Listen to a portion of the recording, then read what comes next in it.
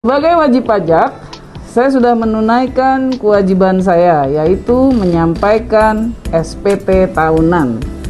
Saya mengajak semua wajib pajak,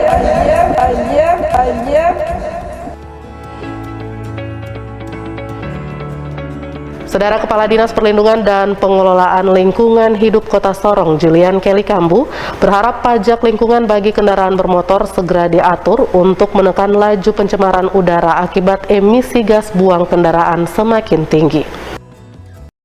Wait. Tunggu dulu. Ini apa sih dari tadi pajak lingkungan? Ya, kita tahu bahwa bayar pajak itu memang wajib. Cuma bukannya pajak motor aja gitu? Emang apa sih pajak lingkungan? Sebelum masuk ke videonya, jangan lupa like, comment, share, dan subscribe video ini, serta nyalakan notifikasi lonceng kamu agar kamu dapat melihat konten terbaru di channel ini. Pajak lingkungan adalah pajak yang dikenakan kepada pihak yang memberikan dampak negatif terhadap lingkungan. Pajak lingkungan berfungsi sebagai salah satu instrumen dalam mengendalikan eksternalitas negatif terhadap lingkungan. Pajak lingkungan terbagi menjadi 4, yaitu pajak energi, pajak transportasi, pajak atas polusi, dan pajak sumber daya. Adapun 4 prinsip fungsi penerapan pajak lingkungan. Yang pertama fungsi dana, yaitu untuk kegiatan pendanaan lingkungan. Yang kedua fungsi kebijakan, yaitu untuk melindungi lingkungan dalam bentuk peraturan yang dibuat pemerintah. Yang ketiga fungsi stabilitas, yaitu untuk menjaga lingkungan tetap baik dan bersih. Yang keempat fungsi pemerataan pendapatan, yaitu untuk meningkatkan kesejahteraan masyarakat. Bentuk penerapan pajak lingkungan secara umum terbagi menjadi 2 cara. Yang pertama, sistem pungutan wajib, yaitu pajak lingkungan yang dibebankan kepada perusahaan yang memberikan dampak negatif kepada lingkungan. Yang kedua, metode kredit pajak, yaitu dengan memberikan kredit pajak kepada setiap orang yang mengkonsumsi barang-barang ramah lingkungan.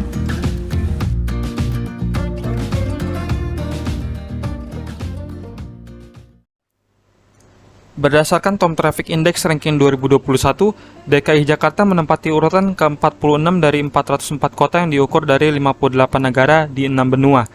Pada 2020 lalu, DKI Jakarta menempati peringkat 31. Pada 2019 lalu menduduki 10 besar kota termacet di dunia. Kemacetan ditimbulkan oleh banyaknya kendaraan yang berlalu lintas sehingga kendaraan menghasilkan banyak sekali emisi. Di Indonesia, emisi dari sektor transportasi hampir mencapai 30% dari total emisi CO2, di mana emisi tertinggi terutama berasal dari transportasi darat, yang berkontribusi pada 88% dari total emisi di sektor transportasi. Termasuk di dalamnya adalah mobil penumpang dan sepeda motor, yang tumbuh dengan pesat seiring dengan penggunaannya sebagai moda perjalanan utama di daerah perkotaan. Direktorat Jenderal Energi Baru Terbarukan dan Konservasi Energi mencatat Indonesia berhasil menurunkan emisi sebesar 70 juta ton CO2 pada tahun 2021. Ini melebihi target Nationally Determined Contributions atau NDC, yaitu sebesar 67 juta ton CO2 untuk tahun 2021. Bahan bakar rendah karbon ikut membantu mengurangi 12 juta ton CO2 dan penggunaan teknologi pembangkit bersih menurunkan 9 juta ton CO2. Salah satu kebijakan yang berkontribusi dalam pengurangan karbon yaitu dengan penerapan pajak lingkungan di Indonesia. Pemberlakuan perhitungan tarif pajak penjualan atas barang mewah atau PPNBM berdasarkan emisi yang dihasilkan. Hal tersebut sekiranya menjadi sangat relevan jika dikaitkan dengan kondisi sektor transportasi saat ini. Untuk klasifikasinya sendiri, yang pertama yaitu kendaraan bermesin bensin di bawah 3000 cc akan terkena tarif minimal 15% dengan efisiensi di atas 15, km per liter atau emisi karbon dioksida di atas 150 gram per kilometer.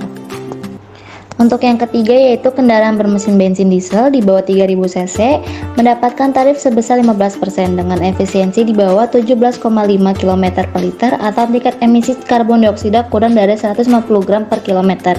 Yang keempat yaitu mobil listrik, pengenaan tarif pada mobil listrik besarannya mulai dari 0% sampai 15%.